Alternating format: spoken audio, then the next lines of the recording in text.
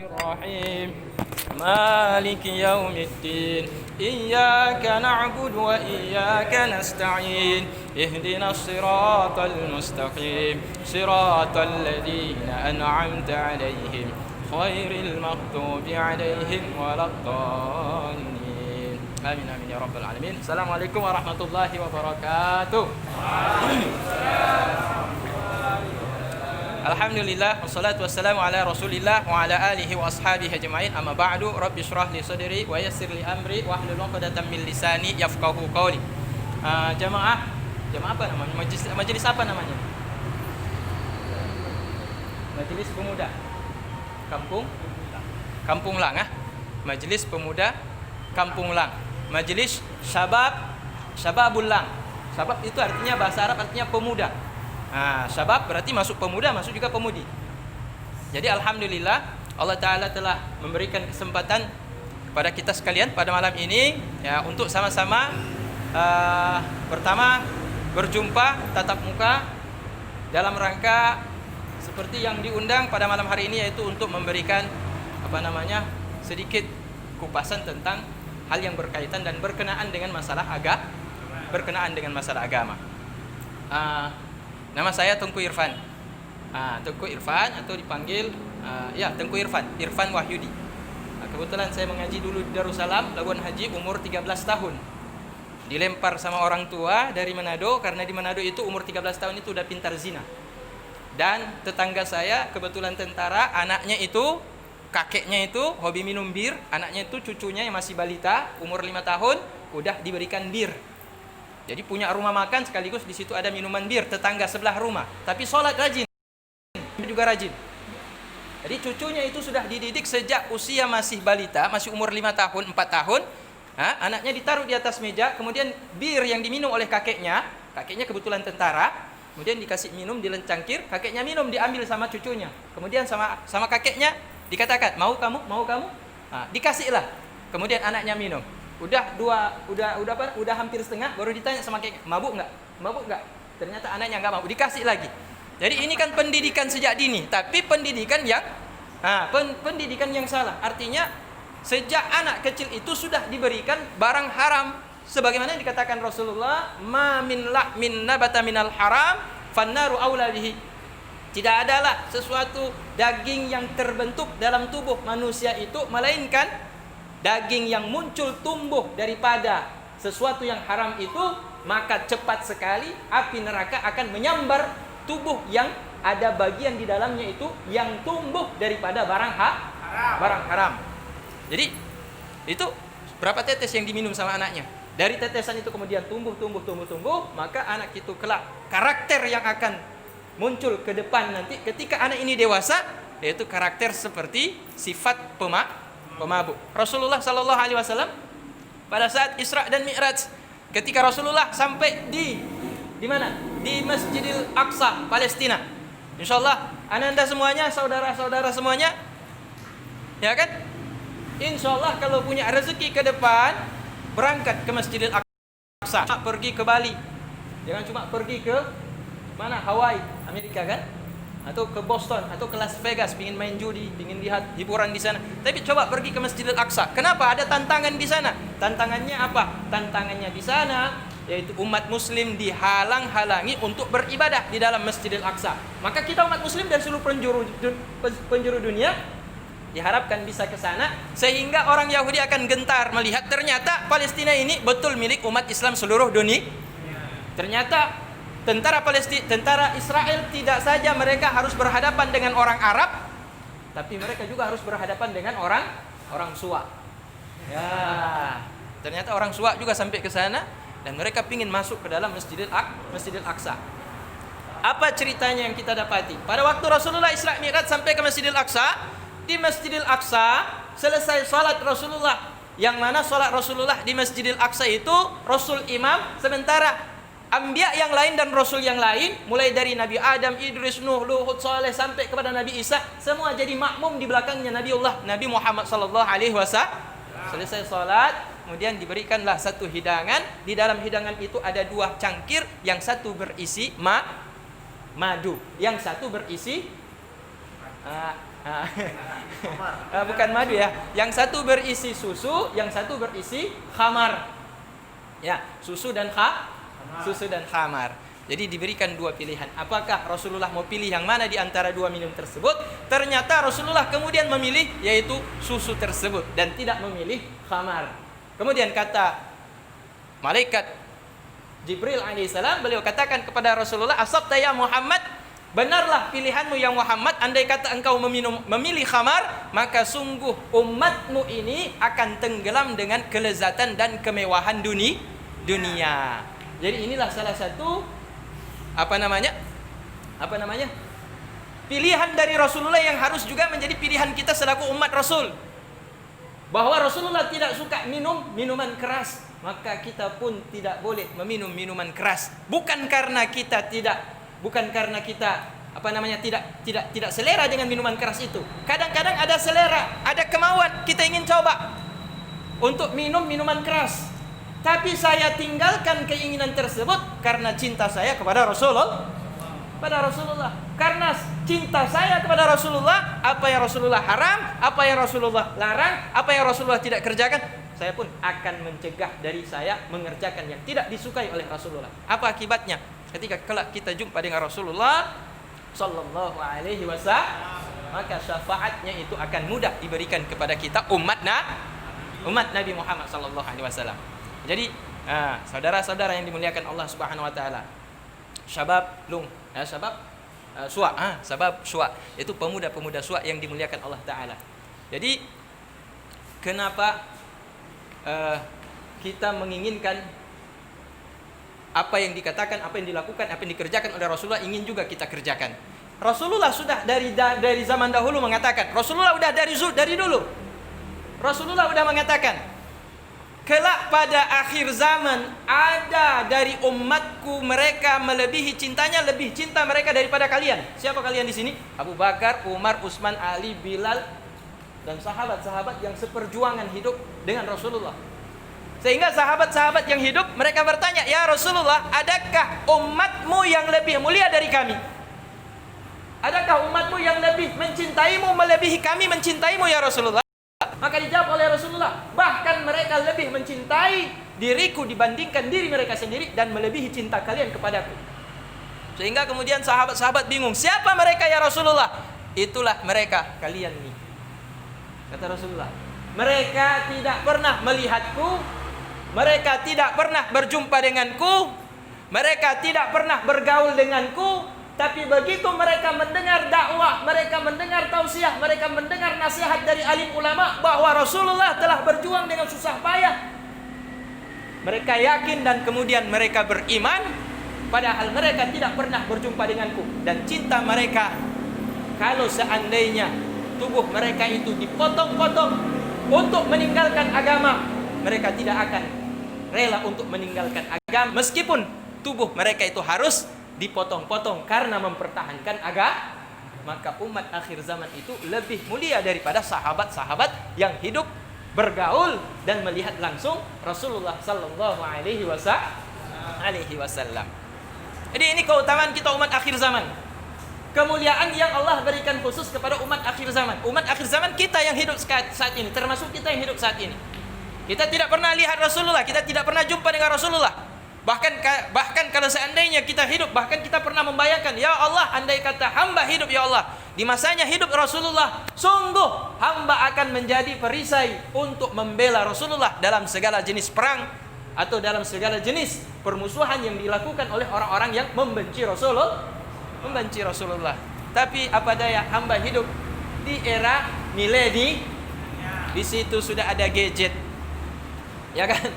Di situ sudah ada laptop, di situ sudah ada internet, sudah ada YouTube, di situ sudah ada apa lagi? FB, di situ sudah ada lagi Mobile Legend, di situ sudah ada lagi chip, ya kan? Situ ada lagi apa namanya, judi online. Situ ada lagi UFC, nggak lama lagi Habib Nurmagomedov juga akan main nih, ya kan? Ya, nanti bulan Oktober lagi main lagi Mike Tyson lagi. Berbenturan dengan perkara ibadah, kewajiban kita kepada Allah. tapi kita sanggup meninggalkan hal tersebut untuk menegakkan sholat, kita tinggalkan sebentar untuk menegakkan sholat, maka itu pertanda bahwa kita betul cinta kepada Rasulullah. Nah, sekarang ananda yang dimuliakan Allah Subhanahu wa taala. Sekarang kita umur berapa nih? Yang paling muda usianya berapa saat ini? Yang paling muda. Ada yang 17 tahun di sini. Nah, yang 17 tahun. Nah, yang tuh angkat jari. Angkat jari gimana masalah? Angkat jari gimana masalah? 17 tahun, 17 tahun. Berarti kan Nasima? Alhamdulillah. Ini kata Mang 18. Hah? Berarti antara anak muda tanyo yang syabab, syabab tanyo di sana berarti yang paling tua di antara tanyo Padu, umur Padu. 26.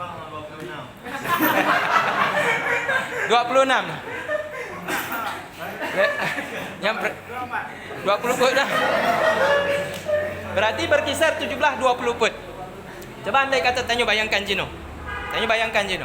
17, 18, 19, 20, 21, 22, 23, 24. Enggak terasa. 17 sampai 24 enggak terasa. Masuk 25 udah menikah.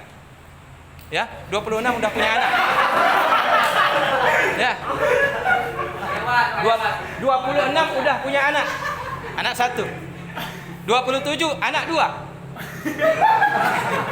28 udah anak 3. Ya kan? Berarti kemudian 15 tahun ke depan udah jadi kakek. Berarti 15 tahun ke depan ditambah usia tadi 28. Kalau sekarang kita 26 tambah 15 ditambah lagi usia melahirkan 3 orang anak. Usia anak gadis kita 17 tahun, itu sudah ada yang melamar. Bagaimana kita selaku orang tua?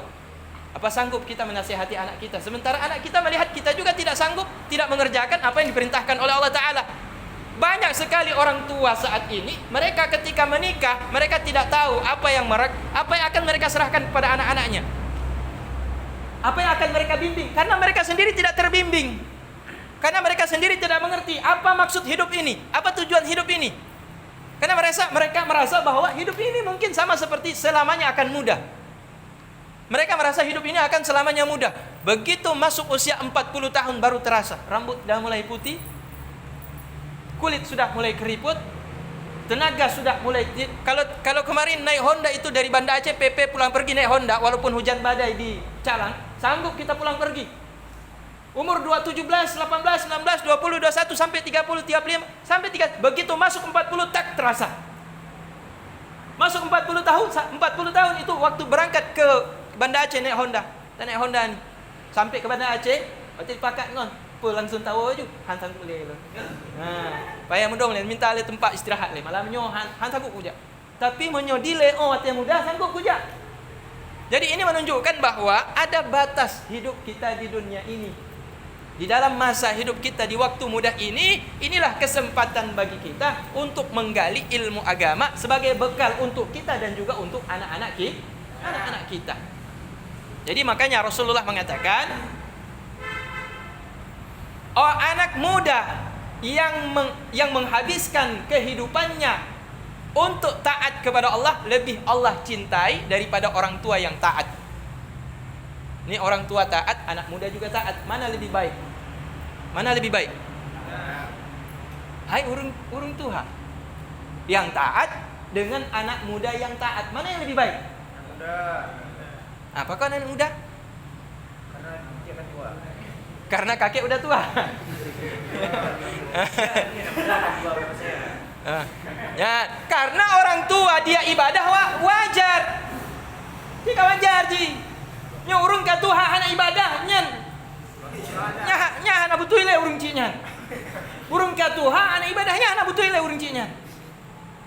Tapi anak muda kemudian dia rajin ibadah, dia rela meninggalkan kesenangan ketika diajak kawan main ke sana main kemari. Tunggu dulu coy, tunggu dulu CS. Nah bro, tunggu dulu ya. Saya mau sholat. Enggak lama 4 rakaat. 4 rakaat doang. 1 rakaat berapa menit? 1 rakaat 1 menit. 60 detik. Dah. Kalau enggak sanggup baca ayat kursi, baca aja kulhu. Qul huwallahu ahad, Allahu samad, lam yalid wa lam yulad wa lam yakul lahu kufuwan ahad. Ruku. Kalau enggak sanggup 3 kali subhana rabbiyal azim wa bihamdi subhana. 1 kali dah boleh. Subhana rabbiyal azim wa bihamdi, sami Allahu liman hamidah. Kalau enggak sanggup baca panjang-panjang, Rabbana lakal hamdu mil'us samawati wa mil'ul ardi wa mil'u ma syi'ta min syai'in ba'du, baca saja Rabbana lakal hamdu. Baru sujud. Enggak sanggup baca 3 kali yang sunnah, minimal yang wajib dikerjakan. Kalau enggak sanggup baca Subhana rabbiyal a'la wa bihamdi 3 kali, Subhana rabbiyal a'la wa bihamdi, Subhana rabbiyal a'la wa bihamdi, langsung berdiri, langsung sujud, duduk di antara 2 sujud. Nah, kalau kita mendalami ilmu agama, maka sebenarnya agama itu tidaklah memberatkan kita umatnya. Yassiru wa la tu'assiru, permudahlah dan jangan persulit.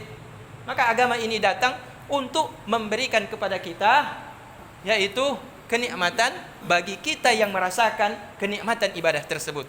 Tapi kalau seandainya kita tidak mengerti apa manfaat ibadah yang Allah perintahkan kepada kita, maka ibadah itu akan menjadi beban bagi kita. Sehingga yang timbul apa? Bo'o. Yang na timbul bo'o katanya. Bo'o tak bedoh, bo'o tak puputnya. Bahkan sebab tapi setelah kita puput hal-hal yang tidak berkaitan dengan perintah Allah Ta'ala, bahkan justru arahnya kepada perbuatan maksiat yang taknya. Maka hai cewek di sini agak awak ino. Nah, duduk mentongon awak inonya di sini. Oh agak pan kuo dari Banda Aceh tengku. Saya barusan kemarin dari Banda Aceh. Kemudian di perjalanan saya jumpa dengan seorang tengku baru pulang dari Padang. Ternyata dia pulangnya itu karena permintaan orang tuanya. Kata mamanya pulang nak, kata anaknya belum ada uang mak, tapi ini harus pulang, mama sakit parah. Jadi akhirnya dia pulang. Sampai di Amplas, dia tidak tahu di Amplas itu banyak preman. Orang Medan kan di situ suka tarik-tarik HP segala macam. Hanya berkelahi dia di situ, berkelahi. Benjol bibirnya, rahangnya sedikit sakit. Kemudian uangnya udah habis. Jumpa di Biren. Kemudian dia tanya, karena dia lihat saya pakai peci, berani dia nanya, dia minta bantu kan.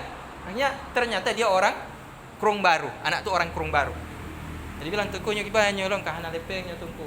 Salah kepeng je tengku. Oh je ada masalah. Ada masalah. Habis tu diceritalah kisah dia. Nah, sampai di Batok. Sampai di Batok. Saya ajak makan. Ketika ajak makan di kafe. Makan di kafe situ kan anak muda di situ gaul semua kan? Biasanya mahasiswa-mahasiswi duduk sama-sama, buka laptop, kemudian bikin tugas, tapi berdempetan. Berdempetan. Ada yang pengalaman sini kan? Banyak yang pengalaman sini. Pernah kuliah kan di Banda Aceh kan? Kemudian bukalah internet, kemudian duduklah berdampingan. Kemudian yang perempuan isap rokok. Jadi oleh tengku yang dari Padangnya dipegah awak lon. Hai tengku awak ini pip rokok Yang biasa pegah. Biasa awaknya buka haji Bek tunjuk lagi nyamal tanyo. Bahkan yang punya toko pun tidak larang. Yang punya warung pun tidak larang. Jadi tingkat rasa untuk melarang orang ketika melanggar hal-hal yang tidak sesuai dengan syariat Islam di Bumo tanyo, Bumo nanggro syariat. Jino hanale tentu. Jadi yang cewek udah dempet dengan cowok, dan bukan 1-2 orang, banyak. Satu meja itu rame. Mahasiswi. Kenapa ini terjadi tengku? Kenapa ini terjadi ya syabab, wahai pemuda? Kenapa ini terjadi? Enggak punya ilmu. Wadai jiwo. Dijak. Andai kata ji kampung ki di belang pidi. Mahasiswi ini ketika pulang kampung, solehahnya luar biasa. Artinya orang tuanya melihat dia ini orang yang baik, anaknya anak yang baik, terjaga. Dia tidak tahu anaknya ketika sampai di Banda Aceh sudah terkontaminasi dengan virus budaya Eropa. Kenapa? Karena yang dilihat di internet, karena yang dilihat di YouTube. Bagaimana pergaulan di luar, begitu yang mereka praktekkan. Terlebih ketika mereka berada di Banda Aceh, siapa yang menjaga mereka? Dosen yang mengajar pulang kampus, mereka nggak mengontrol mahasiswinya, bagaimana pergaulan mereka di kos-kosan. Sehingga anak gadis ini kemudian datanglah mahasiswa cowoknya yang suka, ajak makan, ajak minum, nongkrong di kafe, lama-lama diajak kemana? Simpang Mesra. Akhirnya sampai di Simpang Mesra, jatuhlah di situ. Meninggal dunia sampai sekarang namanya Simpang Mesra. Saya tanya juga kenapa Simpang Mesra? Dulu ada orang pacaran jatuh di situ meninggal dunia. Namanya mereka karena meninggal dalam keadaan berpelukan, bermesraan, namanya Simpang Mesra.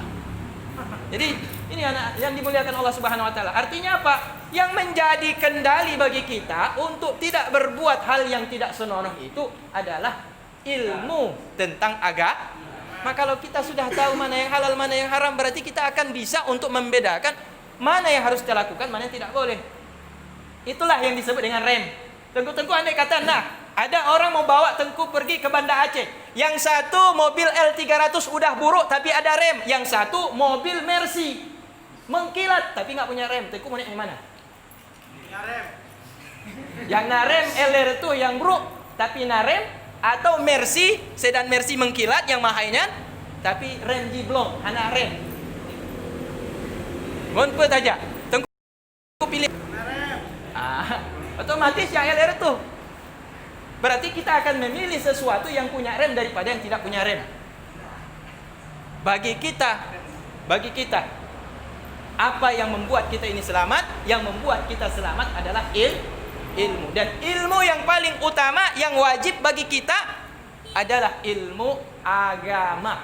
Karena ilmu agama berkaitan erat dengan apa yang menjadi kewajiban yang harus kita laksanakan sebagai bentuk taat kita atas perintah-perintah Allah Ta'ala. Jadi ini sekedar mukaddimah, ini sekedar pendahuluan bagaimana kondisi generasi saudara-saudari kita, kaum muslimin, anak-anak muda Aceh saat ini, yang mana mereka banyak yang tidak sadar kalau yang dilakukan itu bukan perkara yang baik, bukan perkara yang justru menggembirakan hati orang tua, yang justru menggembirakan hati Rasulullah. Rasulullah sudah senang dengan banyaknya umat, tapi apalah artinya umat yang banyak tapi kemudian terombang-ambing seperti buih yang ada di lautan. Datang budaya Jerman, mereka ikut. Datang budaya Inggris, mereka ikut. Datang budaya Amerika, mereka ikut. Jadi ikut saja, apa yang dibuat orang ikut saja. Tapi kita punya karakter, kita punya agama, kita punya karakter, kita punya budaya. Maka ini harus dipertahankan. Bagaimana akan kita pertahankan kalau seandainya kita tidak mau dekat dengan orang yang mengerti tentang ilmu agama? Maka jadilah kita selaku generasi yang akan datang itu, yaitu generasi yang dekat dengan ulama, dengan tujuan kita bisa menggali ilmu-ilmu agama, yang dengan ilmu agama itulah menjadi benteng bagi kita untuk jangan sampai tergelincir dalam hiruk pikuk, yaitu kemewahan, kesenangan yang ada di dunia saat ini. Nah, sekarang kita kaji sebelum kita masuk dalam masalah hukum fikih.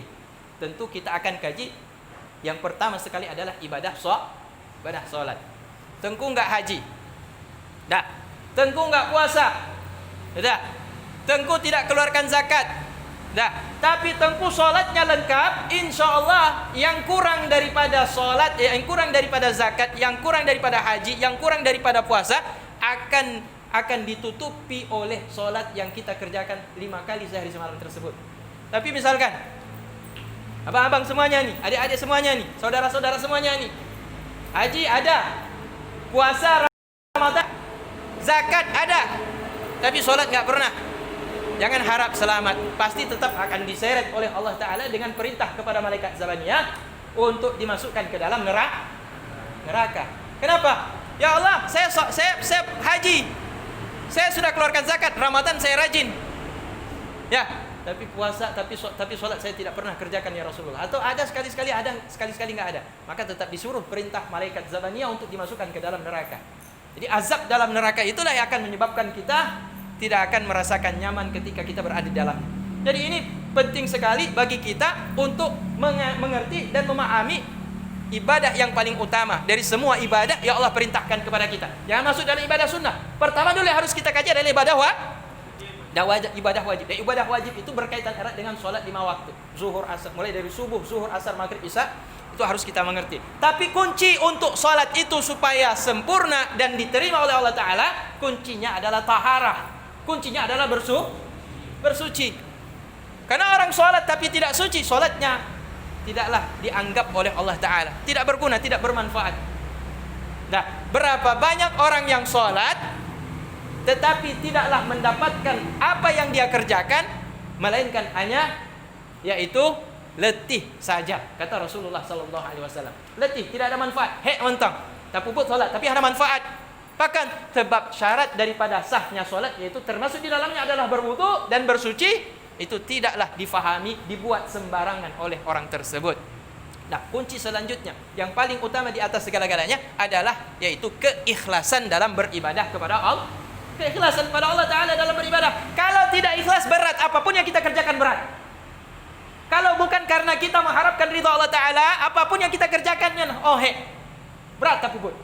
Tapi karena kita sayang kepada Allah, karena kita bersyukur kepada Allah, karena kita sadar, saya ini diciptakan bukan oleh ayah dan ibu saya. Ayah dan ibu saya pun diciptakan bahkan oleh Allah Ta'ala. Karena saya lahir dari orang tua saya diciptakan oleh Allah, dan orang tua saya juga diciptakan oleh Allah Ta'ala. Rezeki saya mulai dari bangun tidur hingga sampai saya tidur tidak akan saya dapatkan melalui orang tua saya kalau tanpa ada izin dari Allah. Maka semua pemberian karunia yang saya nikmati ini, pakaian saya, baju saya, Honda saya, rumah saya, laptop saya, sepatu, sendal, cincin giok, ya kan? Dan calon darah baru saya tidak akan berhasil saya peroleh, melainkan semuanya itu atas yaitu pemberian semata dari Allah. Nyot lagi nyanta kira-kira tengku. Nah, urung dijak bakron. Tiba-tiba dijok HP. Vivo model terbaru. Takun bak urung yang jok hadiah. Bak katanya. Oh mak, terima kasih beretak bang. Jadi tengok, sebagai orang yang telah diberikan kenikmatan tersebut, ketika berjumpa dengan orang yang pernah memberikan kita hadiah, kiban sikap tanya. Cuek. Anak tahu penja hantar mari onji. Hai abangnya yang jok HP Vivo bak tanya. HP Vivo-nya harga 3,5 juta. Kadang urung cik tanya han sagut je belum. Tapi jak merumpong kan tanya dijoknya sebagai hadiah. Dia tak merumpong urungnya kira-kira putar cuek baknya. Ada tak perumun? Tentulah tanya sebagai urung yang merasa rasa bersyukur pasti tajak. Hai bang. Bang pi oleh bang nak kopi bang kopi pancung je cik bang. Tak boleh siaknya bang. Atau ketika kita lihat dia sedang membutuhkan sesuatu, pasti kita akan bantu. Itu merupakan tanda syukur kita kepada orang yang telah memberikan kepada kita sesuatu yang menyenangkan, yang membahagiakan kita. Maka ini pun akan muncul bagi mereka yang sadar bahwa nikmat yang dia miliki tidak lain merupakan pemberian Allah. Kalau seandainya bukan karena pemberian Allah, saya tidak ada di dunia. Ibu saya juga tidak ada, ayah saya juga tidak ada, rumah saya juga tidak ada, mobil saya tidak ada, Honda saya tidak ada, HP tidak ada, apalagi paket internet.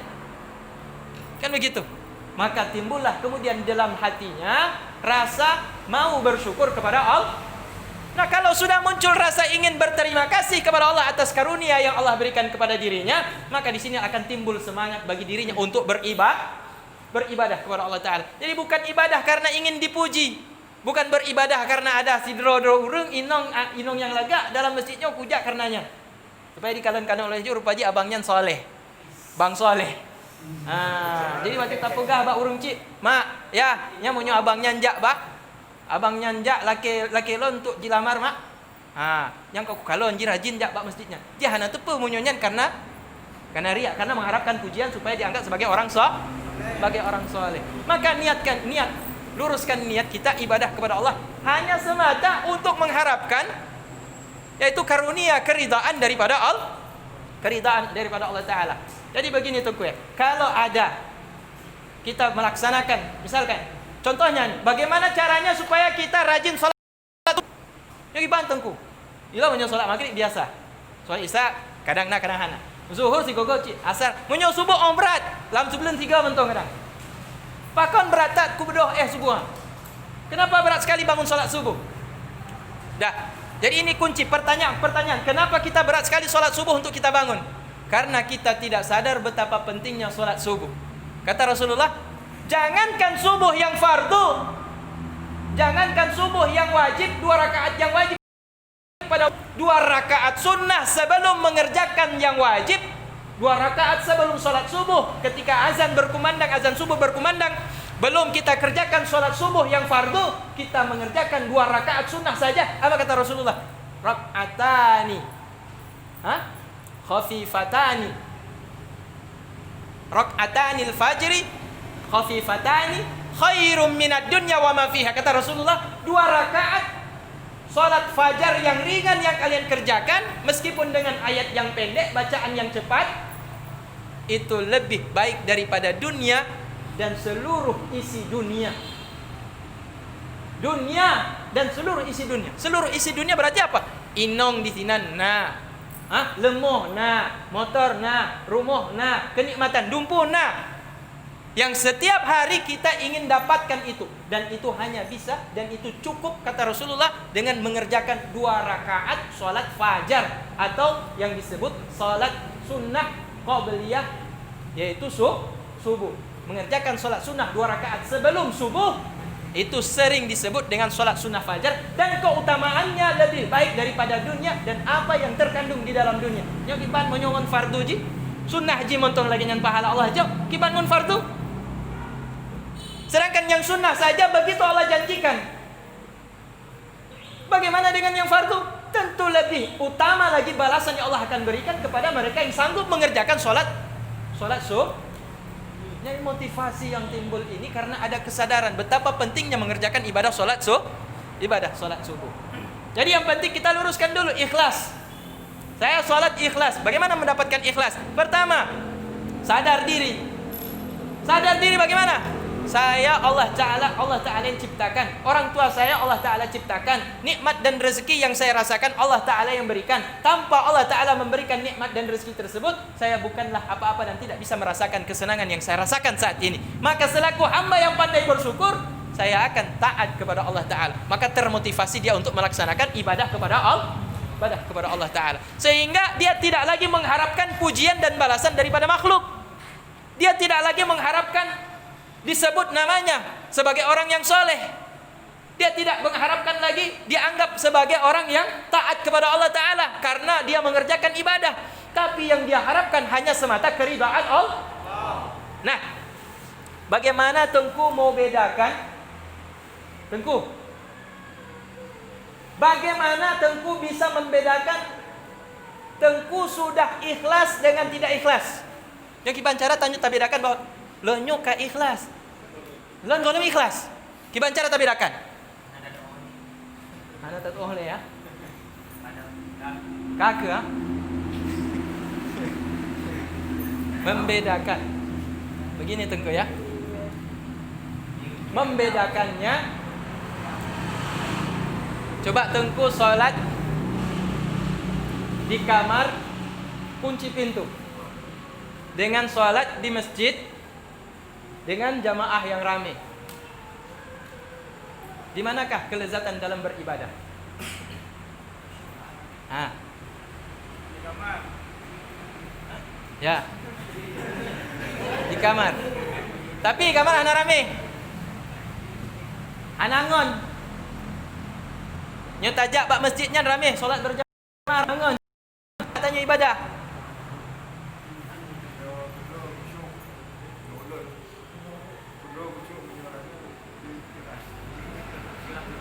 Membedakan mana yang membedakan untuk bisa kita membedakan. Nah, untuk bisa membedakan apakah kita ini udah masuk ikhlas apa bukan? Coba rasakan ketika kita merasakan khusyuk, ketika kita merasakan lezat saat kita sholat ramai di tempat yang ramai dalam kondisi berjamaah, sama persis lezatnya ketika kita sholat sendirian tidak ada orang yang tengok ke kita. Nah, misalkan Qori baca Al-Quran, suaranya merdu. Begitu dia turun dari panggung MTQ, orang akan memuji. Oh malah gak tak tu Tengku. Oh, mamih tak tu. Mangat kamu dengar Tengku su. Maka ketika seorang Qori membaca Al-Quran, bisa batal pahalanya karena dia merasa senang dengan pujian. Sanggupkah dia baca Al-Quran semerdu itu ketika dalam kamar sendiri? Kalau sanggup berarti ikhlas.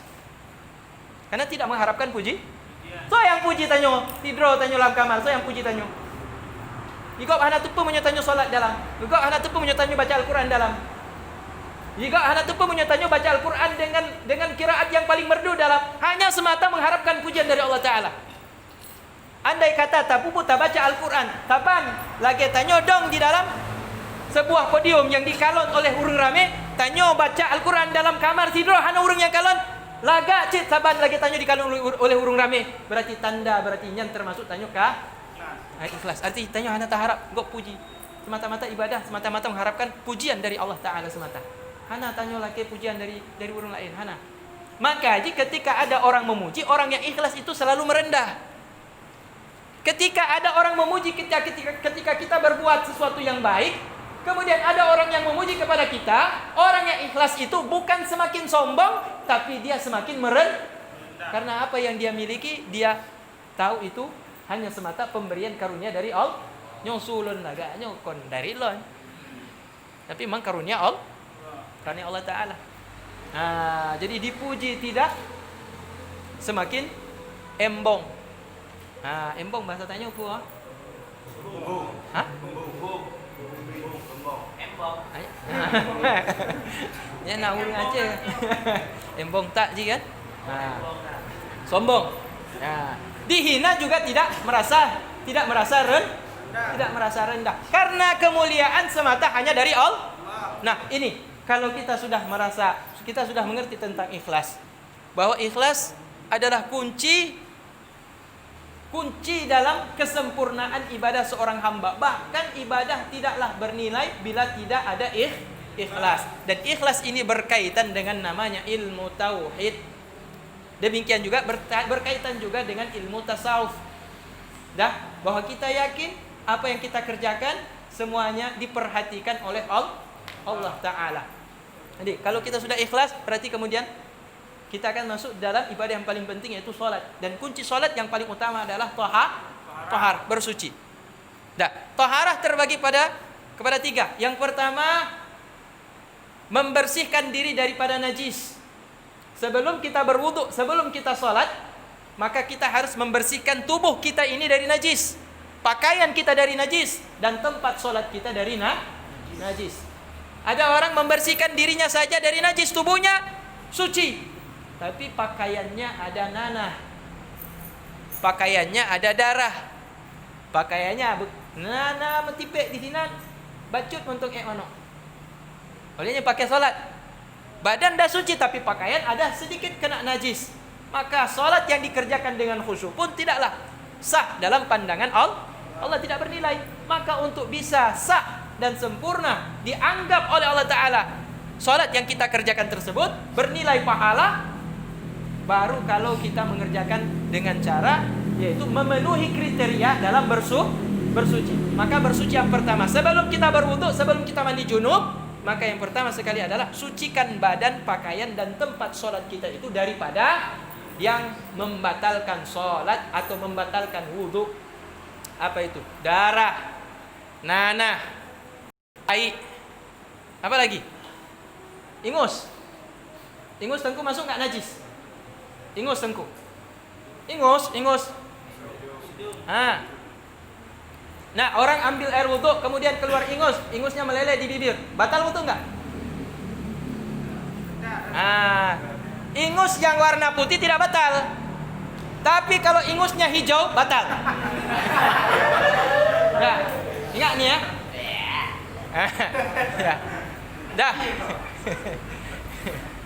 Ada ingus itu dikeluarkan dari otak, ada ingus yang dikeluarkan dari dada. Ingus ada terbagi 2 tengku. Yang dikeluarkan dari otak. Nah, misalkan contoh. Kemudian dipetubit keluar dari hidung. Ketika kita pegang, hijau. Batal salat. Batal tidak? Nah, sekarang ingus yang keluar dari dada.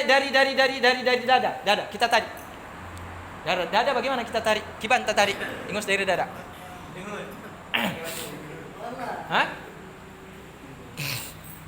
Itu juga masuk tuh. Kemudian ketika kita mengerjakan ibadah sholat, ini cerita. Kalau seandainya dalam keadaan sholat, kemudian kita tarik, kemudian sampailah keluar dari kerongkongan. Kemudian kita telan lagi, batal nggak sholat? Batal. Karena itu sudah termasuk memakan atau meminum sesuatu yang dikeluarkan dari dalam tubuh. Pertanyaannya tadi, kalau ingus yang hijau tadi sudah keluar, kemudian tidak sengaja orang yang beringus yang sudah hijau tadi itu dilempar atau dibuang ke samping orang dan kena kain sarung orang yang sholat di sampingnya.